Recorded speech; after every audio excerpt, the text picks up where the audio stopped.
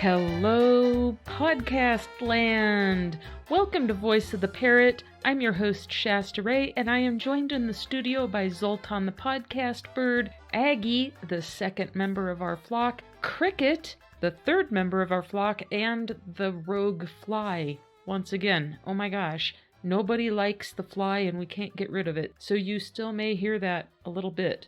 And the birds are red alert. Birds don't like flies. They don't like them. They don't know what they are.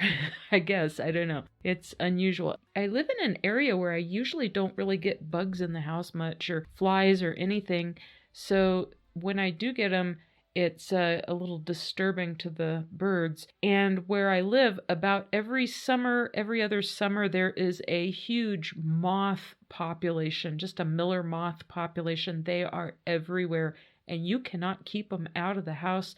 And then the birds are going nuts. They hated the moths. Oh my gosh. Holy cow. This was a moth year too. So anyway, here we are, and it is the meet and greet series. We've got Cricket, and he is the little madman. He is a crazy boy. Holy cow. I love him. I am in love with his soul. He is awesome.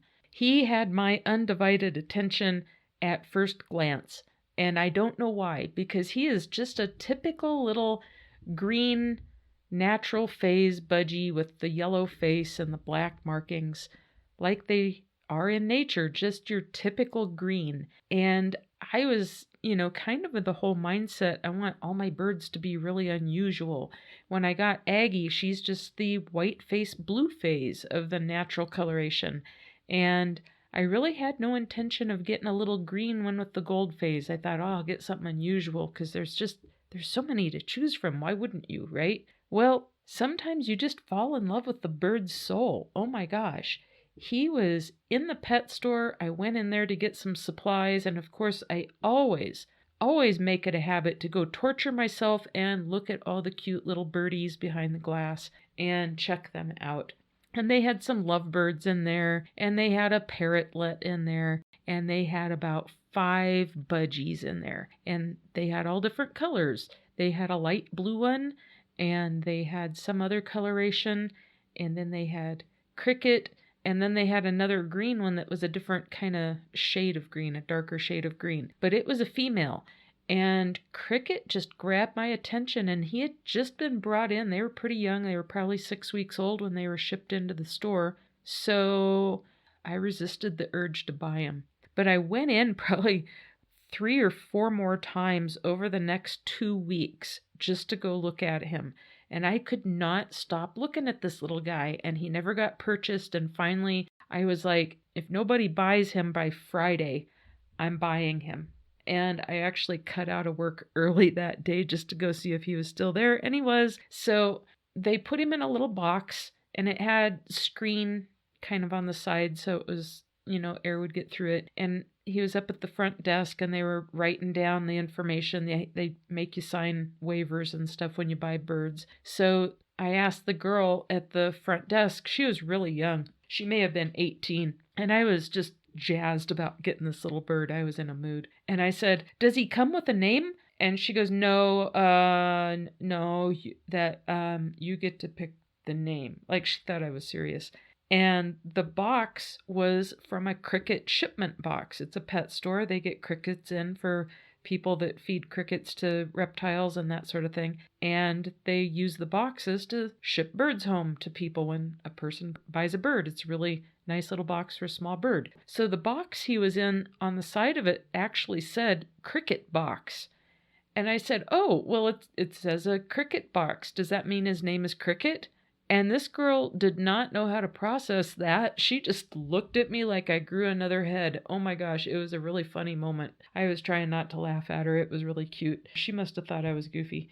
Anyway, I was being goofy. So that's how Cricket got his name. It was just written on the box that he was sent home in that day. And it works because he's green and he chirps. And so he's my little bug. He's my little sweetie. Now, the funny thing is I had already sent money to a breeder to purchase Moose Moose. Moose Moose was not old enough to come home yet, but Moose Moose had been hatched out, and we were waiting to see if Moose was a boy or girl. Moose was supposed to have been a boy. Moose turned into a girl. That's a whole nother episode. So you don't want to miss that. But at any rate, kind of beating myself up over this purchase. I could not get this little bird out of my head to save my butt, I swear. And here again, I don't know why. He wasn't like some special coloration. He wasn't something like some rare bird that I was never going to have a chance at purchasing again. He wasn't a rainbow or a golden face blue or some sort of cotton candy or any of those crazy colors they're coming out with nowadays. And I am like, I don't need this bird. Now I got to tame this bird, and I'm going to have a baby bird coming next month sometime. Oh my gosh, what do I do? So I got him in his cage, and I was rearranging some stuff in there to put some food in and water dish and that sort of thing. And he just sat there and watched, and he didn't do much. He was just curious. And I was like, well, that's unusual. He's not freaking out. And he's not freaking out when I move my hand near him. And so you can't resist, right? See if he'll step up, because he's just not freaking out. He's not afraid. And he stepped right up right away. So I took him out of the cage and he walked around the house with me. And he was just a friendly little guy. He was so friendly and so tame right then and there, right the same day I brought him home. I actually called the pet store the next day and I asked if they sell hand-tamed budgies because he was that tame. And they're like, no, we just get them from a supplier. They come from just a budgie supplier. They're just pet store budgies. They're nothing special. We don't work with them. And that's my point to his little episode is I had such a hard time with Zoltan. Oh my gosh. He had the worst time that day. That was probably the worst day of his life. Poor little guy. He got handled. He got carried around. He got shoved in my face. He got shoved in a box. And then he had a ride home. And it terrorized him. I know that Zoltan was scared of me because of that experience. So Cricket may have been one that was just always handled very gently and never really had a reason to be freakish about anyone. I don't know. He could have just been hatched out with a bold little personality where he is just fearless. He is just the cute little guy. Oh my gosh. Everybody loves Cricket. He is very animated and he has started playing with some little objects and toys and stuff I put out. And he and I have some games going on where he throws stuff on the floor and lets me pick it up and put it in places, and then he goes and hunts it down and throws it on the floor. And he's crazy. He is absolutely crazy. If you go back to the YouTube channel, go back to, I don't know, when was that? Late November, mid-December sometime. There was something on TV, and I think it was in the Christmas time frame. There was a Christmas special on, so it may have been right after Thanksgiving. Anyhow, he was eating some millet, and hanging from the millet upside down from his feet, he was going so crazy on this millet. So I just put my hand under him, and he was just laying on his back on my hand, eating millet like it was corn on the cob or something. He's done that a few times for me. I haven't really taught him to do that, and I don't ask him to do it regularly. It's circumstantial, but that's how trusting he is and how sure of himself this little bird is. He is just trusting, fearless, happy. Oh my gosh, adorable. So I have a video of him laying in my hand from last winter sometime, and he's just a cutie. He looks like my grandmother's bird Corky that she had. And honestly, I gotta say, what is there not to love about the natural color phase of a budgie? It is the traditional color. It's how they got it all started. When people wanted to start keeping them as pets, they all looked like little Cricky.